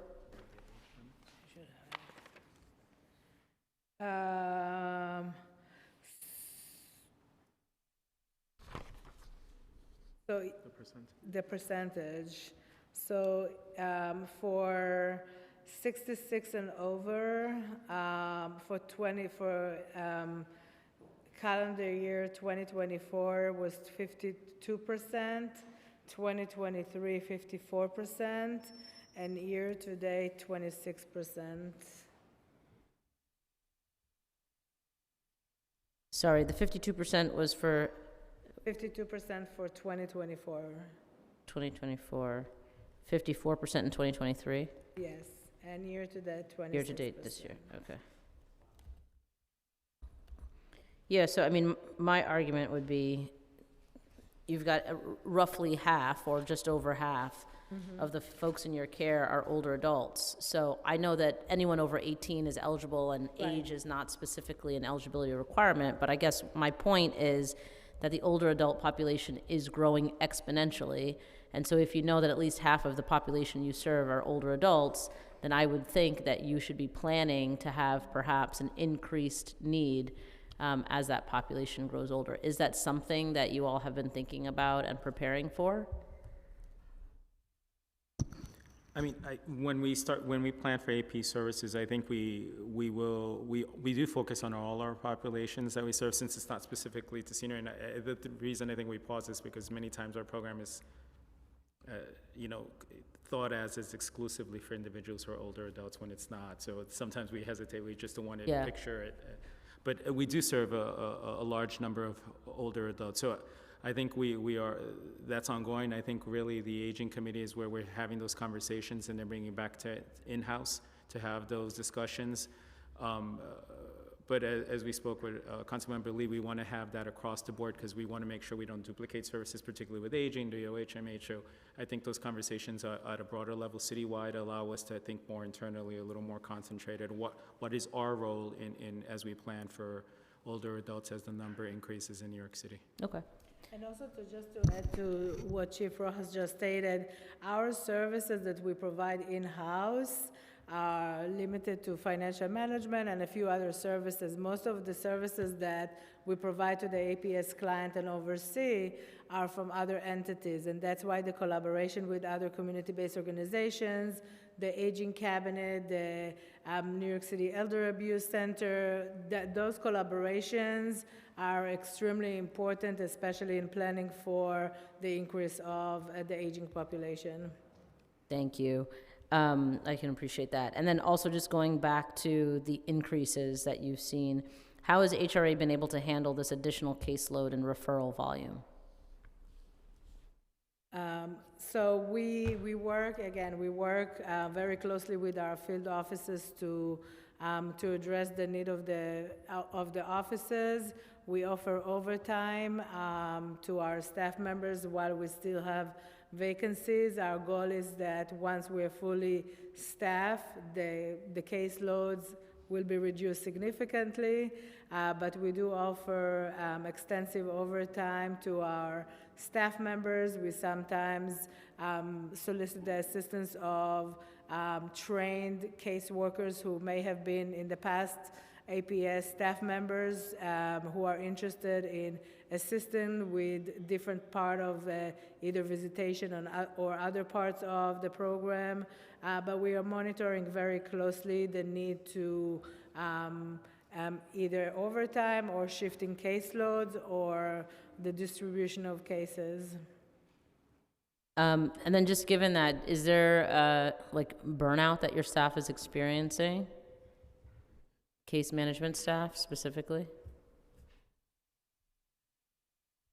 We don't have I don't have a study to present, but this APS is a very, it's a challenging program, regardless the nature of the program. We invest a lot in communication with staff. We invest a lot of visiting, listening to staff, hearing their needs, implementing, if it's discussions or implementing new processes to help staff with different part of their jobs to try to prevent the burnout of the caseworkers. And then has HRA added funding or headcount for APS in the preliminary plan? No, there was no additional funding or headcount in the prelim plan.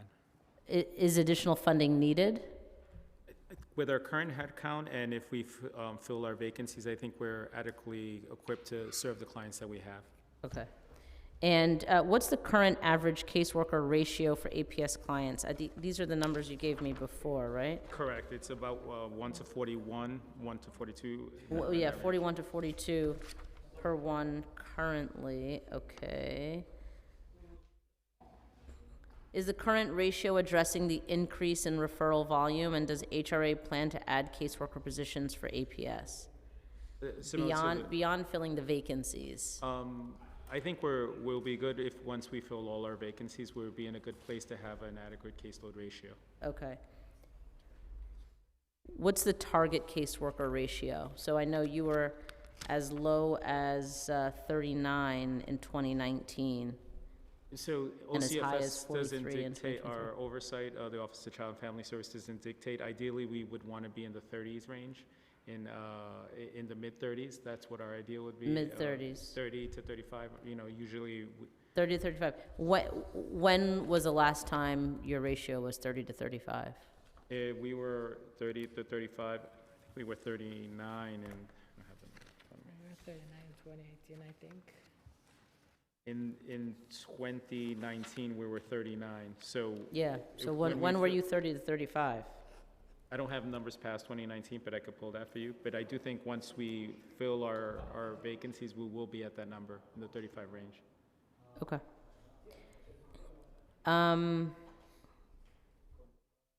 Could you provide information on the total headcount that relates to case management for fiscal 2025? That was the 80? Sure, yeah. So that of the 486 staff, we budgeted headcount, we have 387 case management staff that are so basically 80% of our total APS headcount is for caseworker or their supervisors. Of the 387 case management staff, 321 are on board. Okay.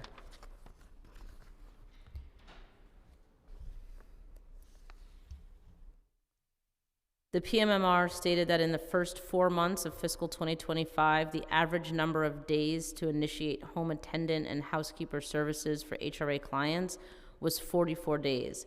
This is a 51.7% increase from the same period last year. What is the reason for such a drastic increase in the average wait time for APS clients, and what's being done to address this? So sure, so I do want to clarify that statistic is not specific to APS, it's the general home care rate. So Okay. Just to clarify, it's not specific to APS, but although there may be APS clients, you are absolutely correct, but it's not specific to APS. I think in a couple of things, there are some changes that are occurring, especially when we get immediate need cases. First, the New York State Department of Health, who is oversight for Medicaid and home care services, they introduced a new process. It's called the independent assessor. So for HRA cases, when we're initiating home care, we would do the assessment, but now the process goes through a third-party vendor contracted with the state. So the third-party contract with the state does the assessment, then it gets referred to us. The rollout, it was a transition from our normal processes, and it was a little bumpy at the start. I think that's one of the reasons in the increase, and that happened this year. As well as the fact that when we get particularly an immediate needs case, the client may come with no Medicaid, so we have to put up the Medicaid prior to we get the home care in place. How long do those assessments take, and which state agency is responsible for them? So, a couple of things. If it's through HRA, it's for clients who are enrolled in our managed long-term care plan, and if they're receiving services through our CASA offices, it's separate and apart. If an individual is getting care through a managed care organization, that plan is responsible. So the bulk of the clients who are receiving home care, it's usually through a managed care organization. There are about anywhere on any given day between 4,000 to 7,000 clients who are carve-outs, who come through HRA directly, who receive what we call CASA services, Community Alternative Services. And those services are processed through HRA. That changed when the independent assessor now does the assessment for those clients. So we no longer do the initial assessment. It goes through the third-party vendor, Maximus, who is conducting that assessment. And did you mention how long it takes? If it's supposed to happen within the first 30 days. It's supposed to happen fairly expeditiously. The rollout for some of our clients have been a little more bumpy, but we have seen improvement in that process. I could pull numbers for you. I don't have them in front of me. Okay, if you could follow up, that'd be great, and I'll go to Councilmember Lee with some follow-ups. Yeah, sorry. So, sorry if I misunderstood. So you used to do the assessments, but no longer do. How long has it been since the state took that process over? So it's similar, if I'm That was implemented in calendar year 24, and then it got delayed. In late 24, and then it got rolled out, but they do the bulk of them. There's still some carve-out, like children we still do. In certain cases, some carve-out cases we still do, but the bulk of them are being done by Maximus, the independent assessor hired by the state. Yeah, no, and just from what I understand, that process can take long depending on what the needs of the client is, right? So if you need someone who has specific language needs or other cultural, meaning, it's not always a perfect sort of match. Like, it could take days, but it also could take a month or longer, if I'm understanding. I would also state that sometimes even if the assessment is done quickly and we identify the needs, sometimes the needs of the consumer are not met by the home care provider. For a case in point, if somebody needs 24-hour care and they need split shifts, so finding someone who could do 2 12-hour shifts is incredibly challenging. Exactly. So it's not as easy always, and also you lay on top of that a language need. So you need somebody who needs 2 split shifts. Both individuals have to meet. Ideally, would speak the language of the person that you're serving. So sometimes it's more challenging than one would think to really coordinate that care. Right. And because I know that when the state nurses or whoever it is from Maximus comes and does the assessment, it could take longer. And also because it's a third party, I would imagine the coordination is a little bit more cumbersome. It's a little more cumbersome than us doing it directly, but we follow the state Department of Health rules to use the IA to conduct the assessment. And how have the new changes in the contracts with PPL and all of that, has that impacted you guys, or will that impact you all at all, or no? So that's a great question that's currently in place. That's for CDPAP. That's specific not just to general home cares, but for individuals who have a family member or relative or a friend who's providing the services for them. We HRA, if you're in that carve-out population, not the general managed care organization, which is about 4,700 clients who receive CDPAP through HRA, they have to, we still continue to do the assessment and the care plan. However, the payments, the fiscal intermediary services are being paid through PPL. So we will still say, John Rojas needs 8 hours of home care, but the aid will be paid through PPL. There's been a couple of lawsuits, and it was extended to the end of this month. So we're currently in that transition. It does require the consumer to sign authorization, and it also requires the aides to work with PPL to do all the tax forms and forms to get them on payroll, basically. And also, I don't know if this is a factor or an issue with the APS population, but has someone's immigration status been a factor in whether they disenroll in services? Because I know that that's true with some of the HRA. It may not be relevant to the APS, but I just wanted to know if you had seen anything around that. That's a great question. So for APS, immigration isn't a criteria, isn't a factor. We don't even ask immigration status. We provide services regardless of immigration status. Sorry.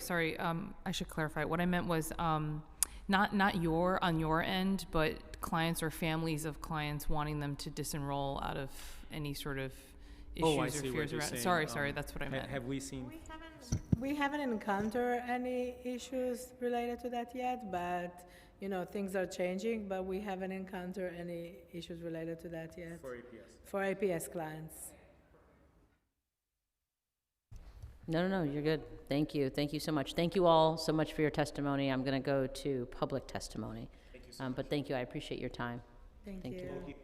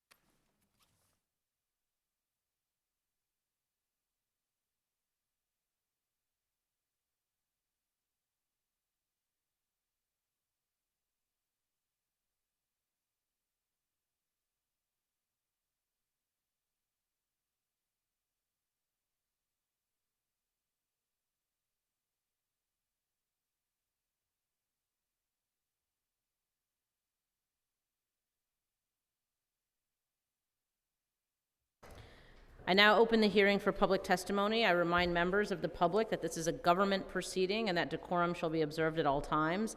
As such, members of the public shall remain silent at all times. The witness table is reserved for people who wish to testify. No video recording or photography is allowed from the witness table. Further, members of the public may not present audio or video recordings as testimony, but may submit transcripts of such recordings to the Sergeant-at-Arms for inclusion in the hearing record. If you wish to speak at today's hearing, please fill out an appearance card with the Sergeant-at-Arms and wait to be recognized. When recognized, you will have 3 minutes to speak on today's oversight topic of Adult Protective Services referrals or on Resolution 16. If you have a written statement or additional written testimony you wish to submit for the record, please provide a copy of that testimony to the Sergeant-at-Arms. You may also email written testimony to testimony@council.nyc.gov within 72 hours of this hearing. Audio and video recordings will not be accepted. I'd like to call the first panel. Janine Cahill-Jackson, Eric Lee, and Marcus Jackson.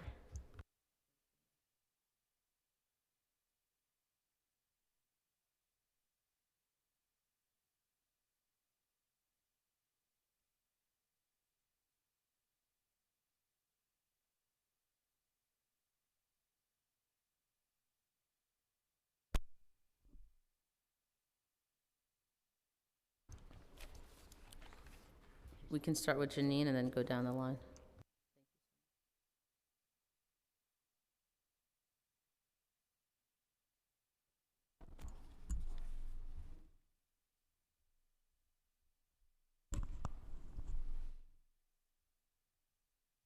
You can start.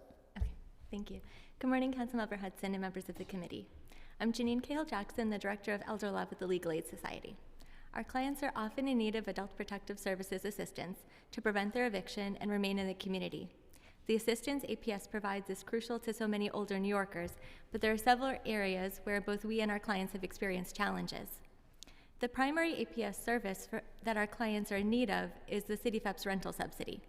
A senior can qualify for CityFEPS by having an active APS case. Many seniors depend on APS to submit these applications for the subsidy. However, in our experience, it can take from 6 to 9 months for APS to complete the application and obtain an approval, which often places seniors at the precipice of eviction, as the housing case moves far more quickly than that. This could be prevented if APS gave legal aid permission to submit applications on behalf of these seniors. However, they often refuse to do so, leaving our hands tied and our clients at risk. Additionally, APS has refused to apply for CDFEPs in some cases, despite extreme rent burden for the senior. Another APS service that our clients are frequently in need of is financial management. This can be essential, particularly for seniors experiencing financial abuse. However, in our experience, it can take over 6 months for financial management to start, often causing seniors to remain in unsafe circumstances for extended periods of time while waiting for the approval and the management to actually take place. In one specific case, the result is currently delaying in a senior in Brooklyn remaining with 0 income because her son continues to take her Social Security checks that continue to be mailed directly to her. For the last 6 months, she's had her APS financial management pending and is left with no income. My staff has been told it could take up to a year for this to be completed. Additionally, once financial management starts, it's not uncommon for the rent or other bills to go unpaid for the senior at various times with no explanation. This again places the senior at risk. Lastly, a need for many of our clients is unmet by APS and any other community-based organization to which they might seek to refer them, and that is to help them locate alternative housing and to move. Specifically, APS may approve someone for a CDFEPS voucher, they have the moving voucher, and then are left with no assistance to locate this other apartment that they might need to move to. With the exception of one client in Brooklyn who was eventually connected to an individual called a housing specialist, we have been told repeatedly that this is not a service that APS provides, and they will only intervene moments before the eviction by filing an Article 81 guardianship, seeking the appointment of a community guardian to be given the power over the senior themselves and their property, despite many less restrictive options to assist the senior and prevent their homelessness. If I may continue, I just had 2 brief additional points. Sure. Thank you. Additionally, just in regards to the Article 81 guardianship and finding an apartment, it actually remains unclear how this process would prevent their homelessness. And these cases I refer to are still underway with our office. I just had 2 brief points to address testimony that was given before. APS did testify that they'll make referrals to other organizations and try to connect when they identify the seniors not eligible for CDFEPs through them. However, there are no other organizations that either find housing or provide a different subsidy.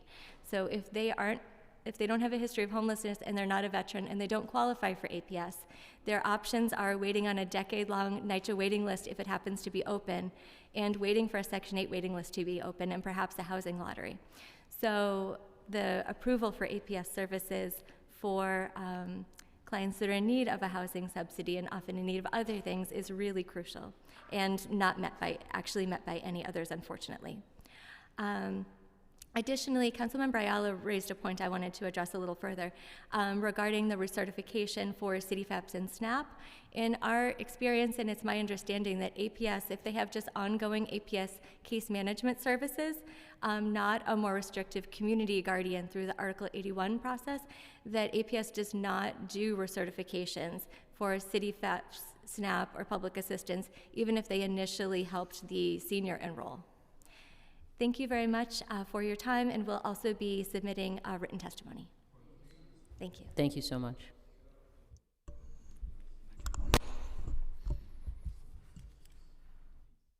Hi, good morning or good afternoon.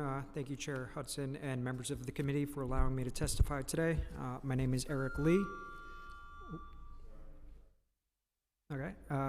Good afternoon. My name is Eric Lee. I'm Director of Public Policy at Volunteers of America, Greater New York. We greatly appreciate the committee for holding this hearing today on APS and ensuring that our vulnerable and aging New Yorkers are supported and protected.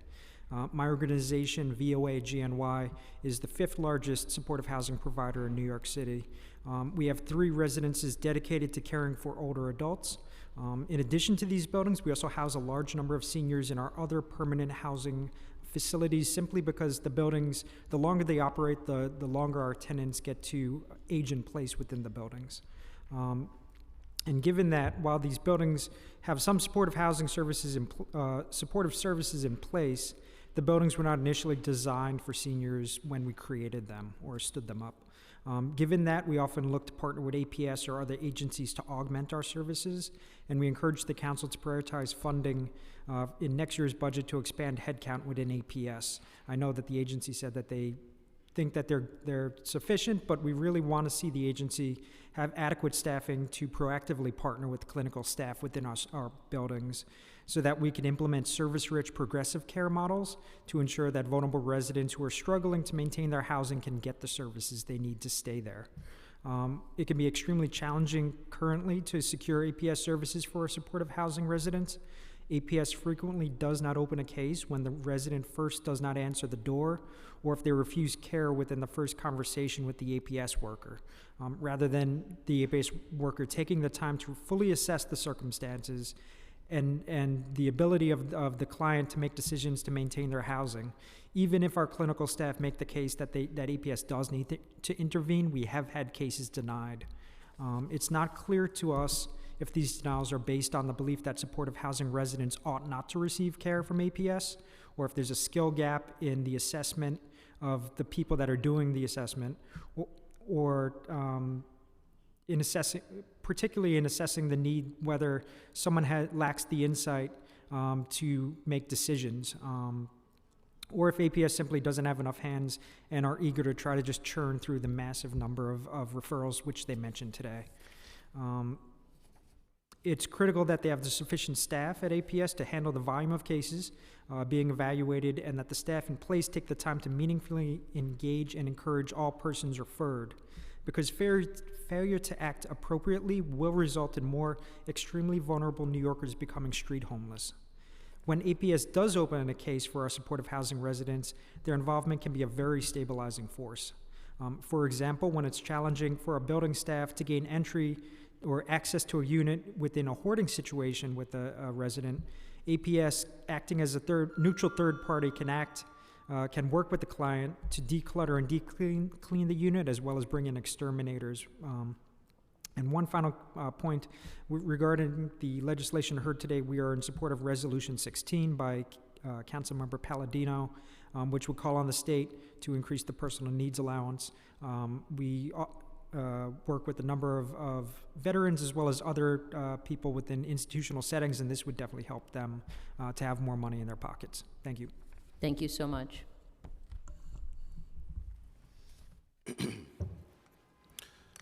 Good afternoon, Chair Hudson, members of the committee. My name is Marcus Jackson. I'm the age-friendly community organizer with Encore Community Services. I would like to thank you for the opportunity for speaking today. Encore has been serving older New Yorkers for nearly 50 years, and every day we see how affordability determines whether older adults can age with dignity or face instability. At our Aging Through Art Center and through our Home Delivered Meals program, we support thousands of older adults with meals, housing, and connections. I'm here today to talk about affordability on fixed incomes. As a part of my work, I partner with local businesses to create more age-friendly city, recruiting them to offer discounts and other special benefits for older adults within our community to help stretch limited incomes and foster community connections. Encore's financial case management team help older New Yorkers apply for SNAP, SCREE, rental assistance, fight medical billing issues, avoid eviction. These are lifelines, especially for older adults living in fixed incomes. But the need continues to grow, so the city's investment in these services also needs to grow. We also deliver over 750,000 meals a year, including to those who are homebound. For many, that meal is the only meal they receive for the entire day. We can and we should do more to ensure no older adult goes hungry, offering 3 nutritious meals per day, 7 days per week. We urge the City Council to do 3 things in this budget. The first is to protect and expand funding for NYC Aging. This is not a place for cuts. The second would be to invest in aging services, workforce, and family caregivers. These are the people holding up our system, and they need to be paid and supported like they are. And lastly, to prioritize affordability through case management, housing support, food access, and community-based solutions that meet older adults where they are. I'll share more details in the written testimony I submitted today, and I appreciate you guys for the time. Thank you so much. Thank you all so much for your testimony. I really appreciate it. Thank you. I'll call up the next panel, Sharon Brown and Christopher Leon Johnson.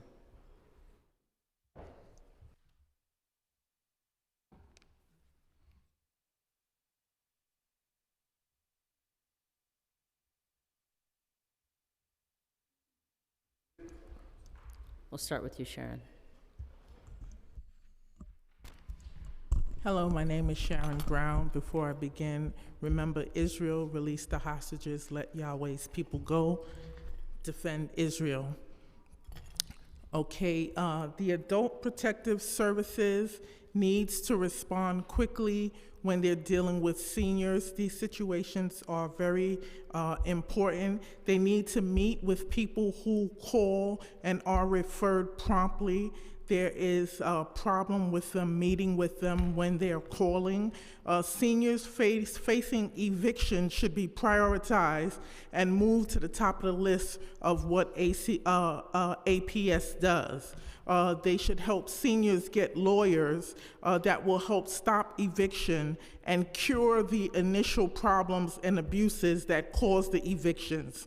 Instead of them looking for the Article 81s and trying to get guardianships, they need to cure what the problem was in the first place. Not that there's some kind of problem with the senior that they can't handle themselves. Many a times they're being abused by their landlords or whoever they are living with, and they need to either get out of the situation or the person be removed. Some of the landlords need to be removed as owners of these buildings, and APS needs to help out the seniors, and they should look for home ownership for seniors, vehicle ownership for senior, business ownerships, instead of trying to put them into guardianship. Many of them are well capable of taking care of themselves. They are in abusive situations. So we need APS to protect them and not just try to put them into guardianships. Thank you. Next.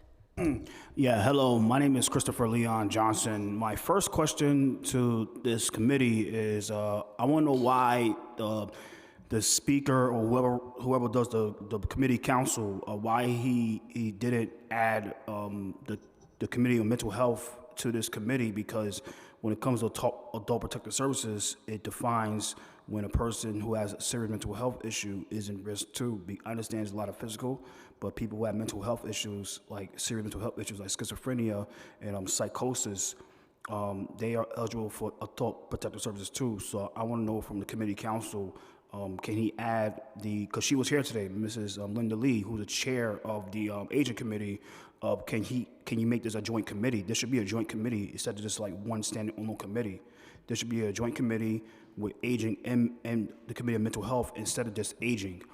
Let me keep this 100% that, let me say this right now, that look, the city needs to recognize all mental health issues as mental health issues that just recognize as the serious ones. Why does a person have to have like schizophrenia or a major mental health issue to be eligible for all these services in the city? There's people who have like what they call the DB5 as like not that serious mental health issues, like bipolar disorder. They're not eligible to get the same services as the people who have schizophrenia and psychosis. So what needs to start happening more, I know this is more federal, that the city council need to start advocating, need to tell the federal government to change and with the help of Board of Social Security to define the lower level mental health diagnosis as serious mental health diagnosis, because we have a big mental health problem in the city of New York, and these people, they need the same amount of help as the people who are diagnosed with the major serious mental health issues, especially schizophrenia, and psychosis. Until this happens, nothing's going to change here. I think right now in 2025, mental health needs to be a priority in the city council. They need to dedicate a whole month to Mental Health Awareness Month. Really, instead of just putting tweets and Facebook postings and photo ops, they need to act on it. They need to act on what they're saying, because it's not funny about mental health until somebody that we all love or somebody that's well connected in the city council or in the New York City political world gets hurt by somebody that's seriously mentally ill. It's not funny until that. So like I said, until you're ready to go to the federal government, talk to your state, your state and federal legislators, including the governor of New York State, Kathy Hochul, to really help reform mental health laws in the city, for the city of New York, because it's home rule in the downstate area, nothing was going to change. So thank you so much and enjoy your day. Thank you both for your testimony. Thank you to everyone who has testified today, and thank you again to the administration. I'd like to call 3 names from Zoom. Reverend Dr. John Udukan. You may begin.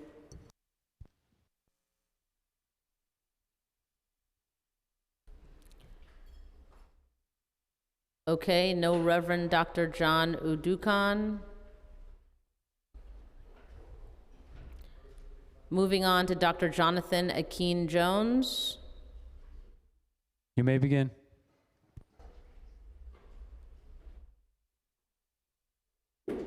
Dr. Jonathan Akeem Jones. And lastly, Stephen DeCastro.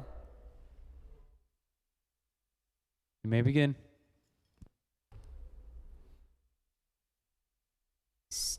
Stephen DeCastro. If there's anyone else on Zoom that would like to testify, please use the raise hand function.